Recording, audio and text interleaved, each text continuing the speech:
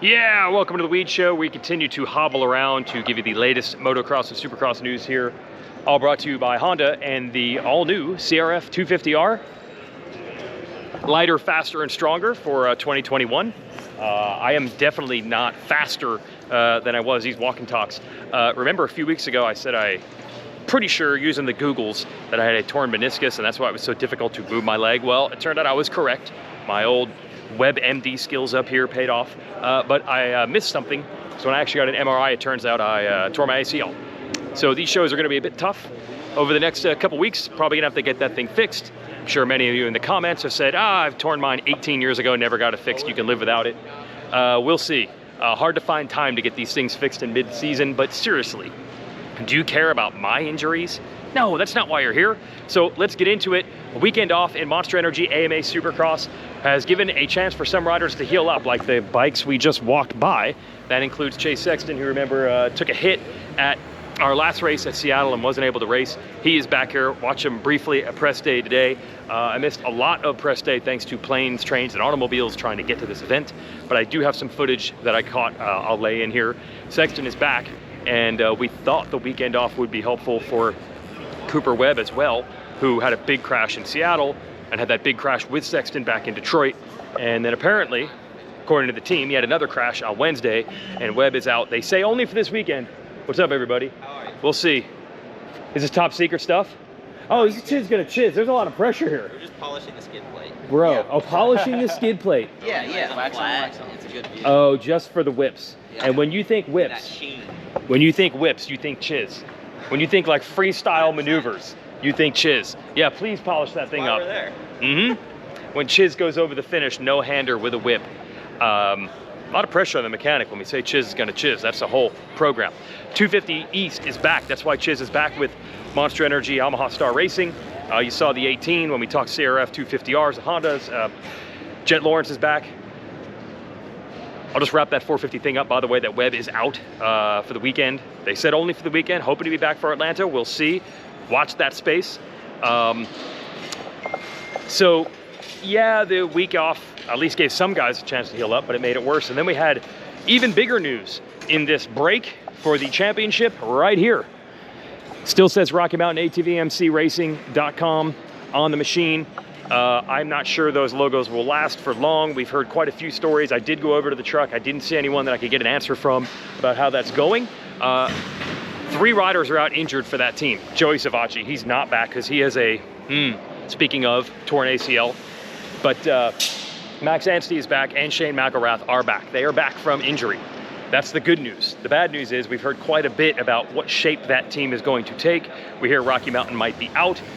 We hear the new partner, which I believe is the words that Forrest Butler used to define it when they announced the team this year. The new partner for the team that he had, I believe they have broken up, but Forrest Butler Brothers MX, its original team name, it is still here, and Anstey and McElrath are still racing. We'll try to get at least the team side of the story tomorrow, but at least they got the riders still on track.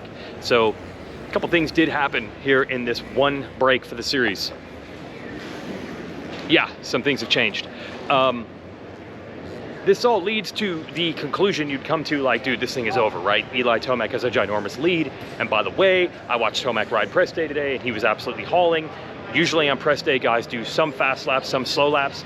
Tomac was just motoing till the very, very end. Maybe his last 2 laps, he finally cruised, and he takes the helmet off, and he immediately is smiling and laughing and having the time of his life. And he's got a 2-race lead in the series with only a few races left, and fewer contenders try to take points away, like Webb is not here, for example. So, Weege Show. Oh, look at you. What is Always hooking the product. Gotta respect it. You know how much I paid for this? Your favorite price. Would you like one? You might as well take one. It's free. You can do this? Yeah. You can offer? Yes. I'm allowed to have it. Look, it's even pre-opened. It was given to me, so I'm giving it to you. What do we It's got called here? Passing the buck. Lemonade. I don't know. Aussie lemonade style. And as I've learned, when you drink it, you gotta drink it like this. Hey. You gotta hold those logos up. I'm still. I see you still right here. Yeah. Yeah, there you go. I Still thought about repping wheels. covering it up with a Monster sticker, but You got plenty of that too. Yeah. Wow, look at that. Weege Show where we get free energy drinks. You know, back when I was doing the audio webcast for Supercross and I wore all the logoed apparel, that's what everybody would say. Hey, do you work for Monster? No, I work for oh, forget it then. Because if you can't give out free Monster, we'll get argued. That's the second Monster I've given you. I gave you one at Daytona and you didn't drink it for like for a the year 3 and a half. months. Yes. What I call energy drinks is break in case of emergency. We'll say that's what this is right now. All right, we're gonna pop the top on that. Thanks, Wheels. So that's our guy. Wheels used to do social media for us at Racer X. Now he's with Monster Energy and Hook It, and I think his local race. So let's get into that local race angle.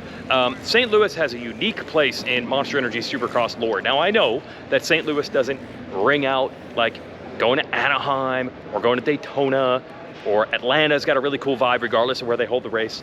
But it is a sneaky underrated round. First of all, what's up, Shanty? Nice gloves, bro. Dude, these are sick, right? Wow, you just wear them for fun? Like it's not even for function, you just want to. I actually, I'll show you. I actually have eczema on my fingers. Oh, wow. So they get split open, so I gotta try to protect them. It honestly looks like you just painted your nails. Oh no, I'm a big fan. They're rock star. Yeah, devil horn. So, St. Louis holds a unique place in this series because it is known as the best dirt in the championship. Everybody loves St. Louis dirt. I will define it like this. Cullin Park. How tall are you, bro?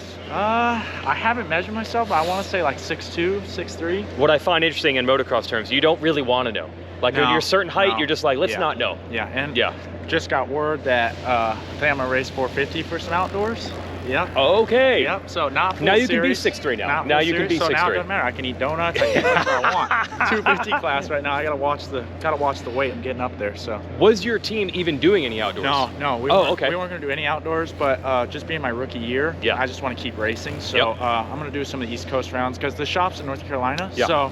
It won't be too far to go to some of the races. Okay. So yeah, I want to race. I'm looking forward to it. Yes. How has the Supercross thing gone? I know the first few weren't what you wanted. Yeah. Started to make your way in now. Yep. Came off, got 10th at Indy, so that was my best so far. But honestly, the 2 weekends before that, Daytona and Detroit, I was riding good.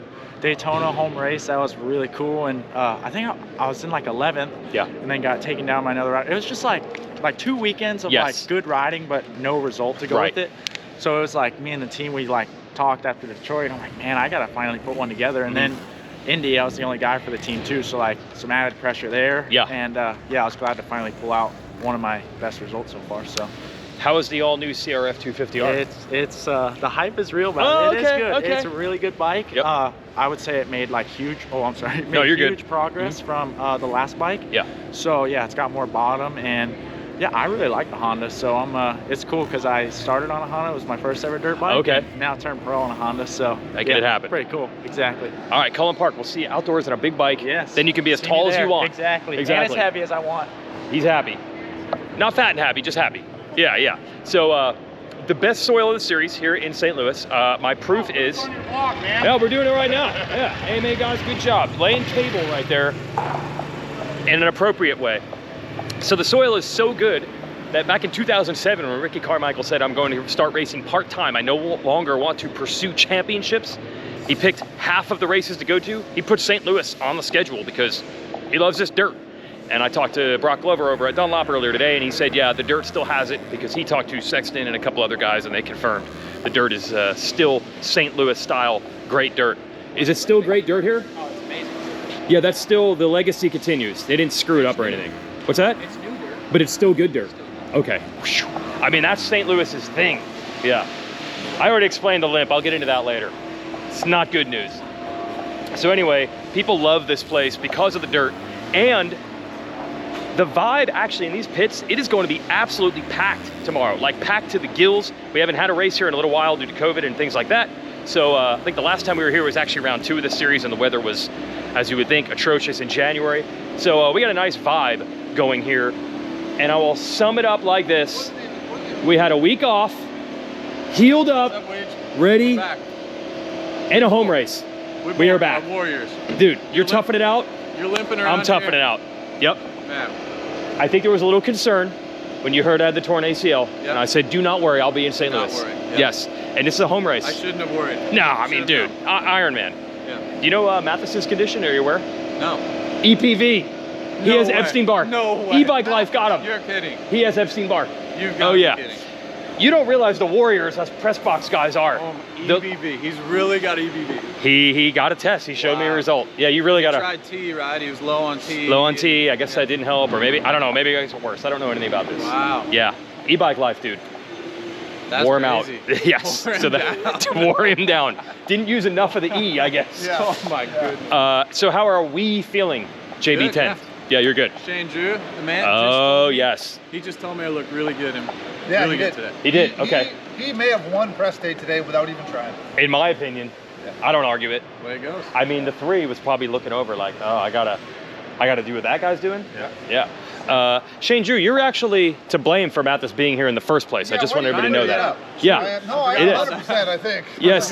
He is Canadian. He vouched for another young Canadian and ruined everything. Actually, I believe some other friend brought him to Denver Yeah. with the deal that's, I'll get you to California then. So I took him in my box van. From Denver to California. Denver to California because he had some job lined up. I said, all right, I'll get you there. You know, everybody wants to okay, say McAdoo's your guy, you vouch for him, McAdoo's good, he's turned out to, have some success. I don't know if you can do that on Matthes' side. I don't know if you can do that. What a disappointment, huh? Yes, exactly. Good job, Shane Drew. So did you have your regular riding schedule after hitting your head? Everything's back to normal? This week was good. Last week was fine. I've ridden probably 5 or 6 times since the crash. So. And you're going to have some hometown vibes here? A lot of hometown vibes, yes. Yep. A lot of hometown vibes. How hometown is it? How close? It's 6 hours away, but Minneapolis has been back and forth, which that's closer, but it was never consistently on the schedule. This one's always been pretty consistent, and more so than that, obviously the dirt. There's so many reasons to like it. Home race, the dirt, the pits. Like well, I was just saying, the atmosphere in here tomorrow will be crazy. It's the best. Yeah. Was this your first Supercross also here? This was my very first Supercross on Factory Connection Honda in 2004. Wow. I knew that. Yes. Very good. I didn't know a year, but I knew that is impressive. Second to Steve Lamson in the LCQ. So you were sweating it? Or did you expect to make the main, or were you worrying? You were. I was sweating a lot of things. Yeah, I would think. I got my gear. They sent my gear to the hotels when they had Friday practice. Yeah. I had never worn Garnet boots, never wore Shoei helmet, never wore shift gear, never wore Scott goggles. Had you ridden the bike? I've ridden in your the bike, gear? But the bike that I showed up on, they said, hey, this is Travis. I was practicing on Billy Leninovich's bike. Okay. And I was but with your gear, Travis boots, and helmet? No, I hadn't got that yet. So when you rode the bike during the week, it wasn't with the Garnet boots? Gear. Okay, yes. Okay. So I rode Billy's bike, and then I showed up and said, hey, Travis has a different transmission in his bike. Second gear is, I don't know, you would know, I don't remember, but I know it's different. Okay. Yeah, a little bit different. So second gear was like way more powerful on my race bike. And then I remember the night before practice, so it's Thursday night, I get all my gear in the hotel room. I put on all my gear and like I'm checking out in the mirror and like, oh, the goggles feel pretty good, and I'm trying to break in the boots. This is hilarious in the hotel. Was like unbelievable. Different bike, different transmission, different gear. Yeah, it was crazy. And no pressure at all. Yeah, no pressure. Well, I was gonna say, you're probably thinking this is the one shot I'm ever gonna get. Totally, yeah. Right. Like if I blow this, I'll never get a ride again. Totally. And then I don't make it out of the heat and I'm in the LCQ. I'm like, how many races did you get to do with him that year? So they basically signed me for 3 East Coast rounds, and then I did okay, and they said, hey, want to do 3 West? Because when you could do both, right? Oh, wow. And then I went 3 top 10s in a row on the West and East-West shootout. So it was like, it was good then. The rest is history. Yeah. Here we are 18 years later. Right. But you did correct us. Arena Cross had started 2 years earlier. You're 20 years in as a pro. 2001 was my first pro race. So actually more than 20. Yes. That is crazy. Yes. That is crazy. Hey, you want to hear an old-time story? Yeah, why not? Give us a good one. Nathan Ramsey was hitting across from us last week in Seattle, right? So I'm like, hey, Nathan, talking to him, whatever. And I say to our new press guy, I go, there's Nathan Ramsey. He was the first guy to ever win a Supercross on a 450 Honda. Really? That's right. Yeah. Was it?